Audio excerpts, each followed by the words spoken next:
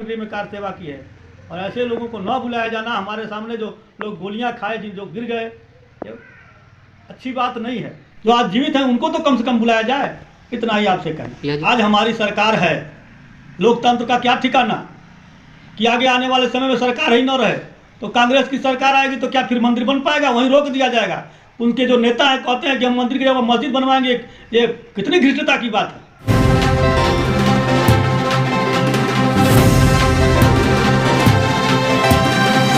आप उसमें शामिल थे। इस समय राम मंदिर का प्राण प्रतिष्ठा होने वाला है 22 जनवरी को, क्या कुछ करेंगे इस बारे में? जो प्राण प्रतिष्ठा हो रही है हम लोगों के लिए गर्व की बात है। हजारों कार सेवक उसमें शहीद हुए और इसके पहले भी लाखों लोग मारे गए हैं। प्रभु श्री राम के मंदिर के लिए सभी ने अपने प्राणों को खोया है, हजारों लोग घायल हुए।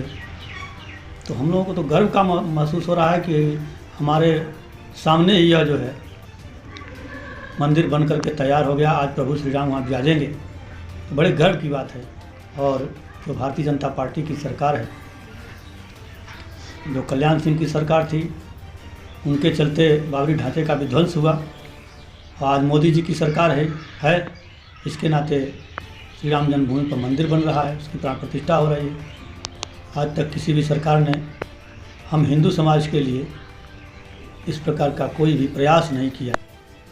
मैं सरकार के प्रयास को भी धन्यवाद देता हूं, और जो वर्तमान में जिनकी आशाएं लगी हैं उन सभी को भी, जिनके प्रयासों से यह निर्माण कार्य हुआ और प्राण प्रतिष्ठा हो रही, सबको साधुवाद देता हूँ। 1990 में आप गए थे, तो आपका उसमें उम्र क्या होगा? मेरी उम्र उस समय 22 वर्ष की थी। तो उस आंदोलन में आप कैसे कूद पड़े?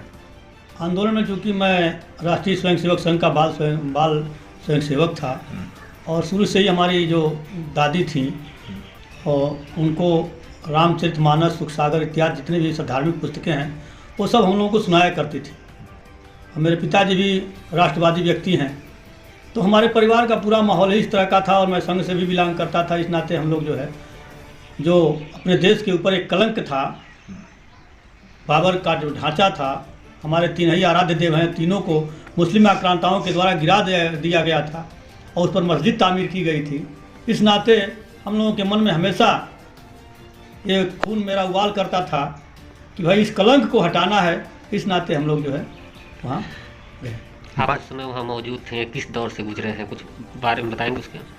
मैं राम जन्मभूमि आंदोलन का श्रम चल रहा था, और यहाँ से हम पैदल घर से निकले। बिहार के कुछ कार सेवक आ गए थे, 155 लोग, उनको नेतृत्व करने का हमको जिम्मा दिया गया। और मैं उनका नेतृत्व करते हुए नदियों के माध्यम से नाव के द्वारा पार करते हुए, और हम लोग सरजू नदी तक पहुंच गए। 24 तारीख को हम लोग यहाँ से निकले थे और 29 की रात को सरजू के किनारे हम लोग पहुँच गए। वहाँ एक गांव है धिरौली बाबू, उसी गांव के पास से हम लोग जो है सरजू नदी को पार किए थे। नावें सब डुबो दी गई थी, लेकिन कार सेवक वहाँ बढ़े तो नावों को खींच करके नदी में से बाहर निकाला गया और उसको पलट करके फिर सीधा किया गया। उसमें जो है नदी हम लोग 11 बजे रात को पार किए। तो रात भर पैदल चलते हुए अयोध्या के किनारे बंधे पर पहुँच गए। सुबह जब हुई तो लाखों कार सेवक उस माझे में से, हम लोग जैसे बहुत से कार सेवक गए थे, सब निकले और अयोध्या की तरफ हम लोग दौड़ पड़े। दौड़ करके हम लोग सही समय से मणिराम छावनी, जिसको छोटी छावनी कहा जाता था, वहाँ पहुँच गए। सिंघल जी के नेतृत्व में हम लोगों का जत्था निकल गया। आगे आगे सिंघल जी, पीछे पीछे हम लोग। आगे जा कर के मार दिए सब, सिंघल जी का सर फट गया। उनको उठा के लेके लोग अस्पताल चले गए। फिर हम लोगों को पकड़ पकड़ करके बसों में बंद करके और दूसरे स्थानों पर भेजा जाने लगा। तब तक एक साधु जो ड्राइवर थे, साधु बन गए थे, उनके द्वारा एक बस को जो है, जिस बस में ड्राइवर को हटा करके अपने सीट पर बैठ गया और बस को लेकर के राम जन्मभूमि की ओर चल दिए। सारी बैरिकेटिंग तोड़ते हुए आगे आगे जा रहे थे। पीछे पीछे हम सभी कार सेवक आंसू गैस का गोला और गोली खाते हुए, डंडा लाठी खाते हुए, किसी को गोली लेकर, कनक भवन के पास गोली चली थी तो उसमें एक चंद्रशेखर पांडे थे हमारे यहाँ के, यहीं देवरिया के धनौती के, उनके जंघे में गोली लगी थी, आर पार हुई थी। लेकिन हम सबको छोड़ते हुए दौड़ते दौड़ते वहाँ तक पहुँच गए, राम जन्मभूमि के पास। तब तक हमसे आगे भी कुछ कार सेवक पहुँच गए और उन्होंने ऊपर चढ़ कर के भगवा ध्वज लहरा दिया। उस समय मुलायम सिंह जी मुख्यमंत्री थे, उन्होंने कहा था कि परिंदा भी पर नहीं मार सकता था। उनके उस दंभ को तोड़ दिया गया और हम लोग जो है खुशी से झूम उठे। फिर 2 दिन हम लोग उसी अयोध्या में रुक गए। 2 दिन रुक गए। तमाम संतों का, परमहंस रामचंद्र दास जी का और ऐसे नित्य गोपाल दास जी का, सभी लोगों का भाषण सुना गया। उमा भारती का भी सुना गया। फिर 2 नवंबर को उमा भारती जी के नेतृत्व में 2 नवंबर 90 को हम लोग जत्था लेकर के 4 जत्थे बने थे। एक उमा भारती के नेतृत्व में हम लोग आगे बढ़े। यहाँ चल करके फिर कार सेवा किया जाएगा। आगे बढ़े तो हनुमानगढ़ी के पहले ही हमारे जत्थे को रोक लिया गया और रोक लिया गया तो हम लोग बैठ करके वहीं राम नाम संकीर्तन करने लगे। श्री राम जय राम का जाप करने लगे। तब तक CRP के लोगों ने उमा भारती को ज़बरदस्ती पकड़ करके हटा दिया, खींच करके ले गए और उसके बाद तत्काल आंसू गैस का गोला छूटने लगा और गोलियां चलने लगी। कार सेवक हताहत होने लगे। उस समय पूरे भारत से कार सेवक आए थे, उड़ीसा के, राजस्थान के, आंध्रा के, ये सभी कार सेवक वहाँ घिर गए। पंजाब के तो 3 हमारे साथ ही गए थे। हम 7 लोग गए थे। वहाँ जो है गोलियां चलने लगी। अब गोली चलने लगी तो उसमें कार सेवक मरने लगे। तो हम लोग जो साहसी लोग थे अगली पंक्ति में जा करके कार सेवकों को दौड़ करके और उठा करके लाते थे। और फिर लाल कोठी के पास एक गली है, उस गली के मुहाने तक हम लोग ले जा करके दूसरे कार सेवकों को सौंप देते थे और वहाँ से वो कार सेवक लेके जाते थे। तो लाल कोठी के पीछे एक मैदान है, उस मैदान में ले जा करके जो जीवित रहता था उसको अस्पताल ले जाते थे, जो मर गया होता था उसको सुला देते थे। मैं 4 कार सेवकों को ले आया, 5वें को उठा रहा था। मेरे सामने ही कोठारी बंधु को भी गोली लगी थी, बहुत से लोगों को गोली लगी और रक्त से रंजित हो गई थी पूरी सड़क। यहाँ तक कि हम लोग जब लाश उठाते थे और लेके भागते तो फिसल के गिर भी जाते थे। लेकिन हिम्मत थी हम लोगों के पास। हम लोगों ने सोचा कि भाई पुलिस वाले उठा ले जा रहे हैं, इससे अच्छा है हम ही लोग ले चलें। तो हिम्मत के बल पर हम लोग गए और कार सेवकों को ले आए। एक कार सेवक, 5वें कार सेवक को जब मैं उठा रहा था तब तक हमको भी गोली यहाँ हमारे जबड़े पर यहाँ लगी और मैं उस कार सेवक से कह रहा था कि जय श्री राम बोलो रा, और यहाँ से गोली हमारा जो है जबड़ा तोड़ते हुए बाहर निकल के गिर गई। मैं भी गिर पड़ा। राम नाम की महिमा इतनी है कि यहाँ गोली लगी और मेरा मुंह खुल गया, मैं गिर पड़ा, लेकिन मेरी चेतना लुप्त नहीं हुई। फिर मैं उठा और वहाँ से दौड़ करके और जो दूसरे कार सेवक थे पीछे से जा करके एक उड़ीसा के कार सेवक का कॉलर मैंने पकड़ लिया। तो पीछे घूम करके देखा तो कहा कि इसको भी तो गोली लग गई, तो हमको भी उठा लिए सब।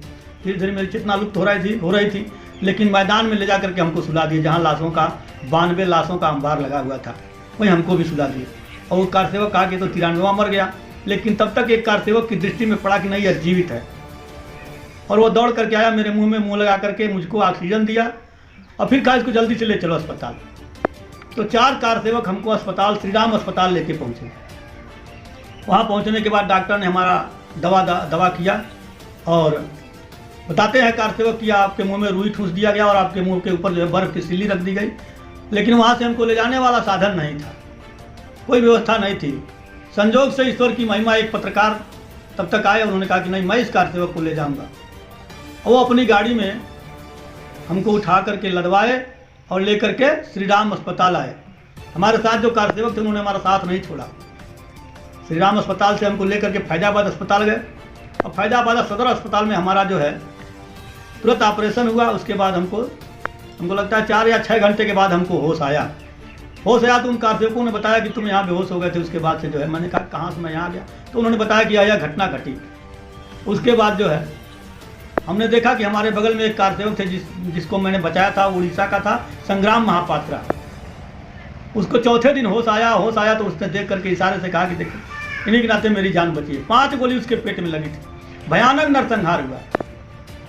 लेकिन आज जब उन बलिदानों का श्रेय मिल रहा है, हमारे सपने साकार हो रहे हैं और 500 वर्षों की जो गुलामी थी, जो जन जन में व्याप्त हमारे भगवान राम, उनकी प्राण प्रतिष्ठा होने जा रही है, हमारे लिए बहुत ही गर्व की बात है। जान की बाजी लगाकर आपने लड़ाई लड़ा, क्या आपको वहाँ से निमंत्रण आया? नहीं, निमंत्रण तो अभी तक नहीं आया। क्या लगता है आप वहाँ जाएंगे? जाने का मन तो है ही है, लेकिन बिना बुलाए जाना भी उचित नहीं है। वहाँ जाएंगे और जिस कार्य को हमने किया है, मैं आपको बताना चाहता हूँ कि जो 6 दिसंबर 92 की घटना, उस घटना में मैं अगर नहीं गया होता और मेरे साथी नहीं गए होते तो वह गुंबद, जो ढांचा जो है, बाबरी ढांचा टूटा ही नहीं होता। मैं पहला ऐसा व्यक्ति हूँ जिसने गर्भगृह में किसी हथियार से कार सेवा की है। और उस समय का इंडिया टुडे की पत्रिका उठा करके आप देखेंगे तो उत्तर वाले गुंबद पर मैं अकेला व्यक्ति हूँ जो गैंती लेकर के उस गुंबद को तोड़ रहा है। मैं पहला विश्व का व्यक्ति हूँ जिसने किसी हथियार से गर्भगृह में कार सेवा की है। और ऐसे लोगों को न बुलाया जाना, हमारे सामने जो लोग गोलियां खाए, जो गिर गए, ये अच्छी बात नहीं है। दुख होता है आपको? दुख इस बात का तो जरूर है, हमें यही नहीं, हमारे साथ जितने कार सेवक घायल हुए हैं उनकी सबकी लिस्ट है। फैजाबाद अस्पताल से लिस्ट मंगाई जाए, या हर जिले पर जो संगठन है, आरएसएस है, विश्व हिंदू परिषद है, भारतीय जनता पार्टी है, जिन्होंने बजरंग दल है, जिन्होंने भाग लिया था उसमें, तो उनके द्वारा मांगा जाए, वो सभी लोग मिल जाएंगे जो आज जीवित हैं, उनको तो कम से कम बुलाया जाए। इतना ही आपसे कहें। यह जो प्राण प्रतिष्ठा का कार्यक्रम है 22 जनवरी को, इसको लेकर तमाम चर्चाएं हो रही हैं। कुछ लोग ये भी कह रहे हैं कि अभी मंदिर का कार्य पूरा नहीं हुआ, ऐसे में प्राण प्रतिष्ठा नहीं होनी चाहिए, क्या कहेंगे आप? नहीं, ऐसी बात नहीं, प्राण प्रतिष्ठा होनी चाहिए, क्योंकि प्राण प्रतिष्ठा का मुहूर्त होता है।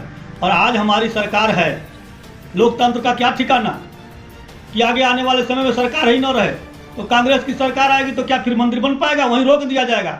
उनके जो नेता है कहते हैं कि हम मंदिर की जगह मस्जिद बनवाएंगे, ये कितनी घृष्टता की बात है।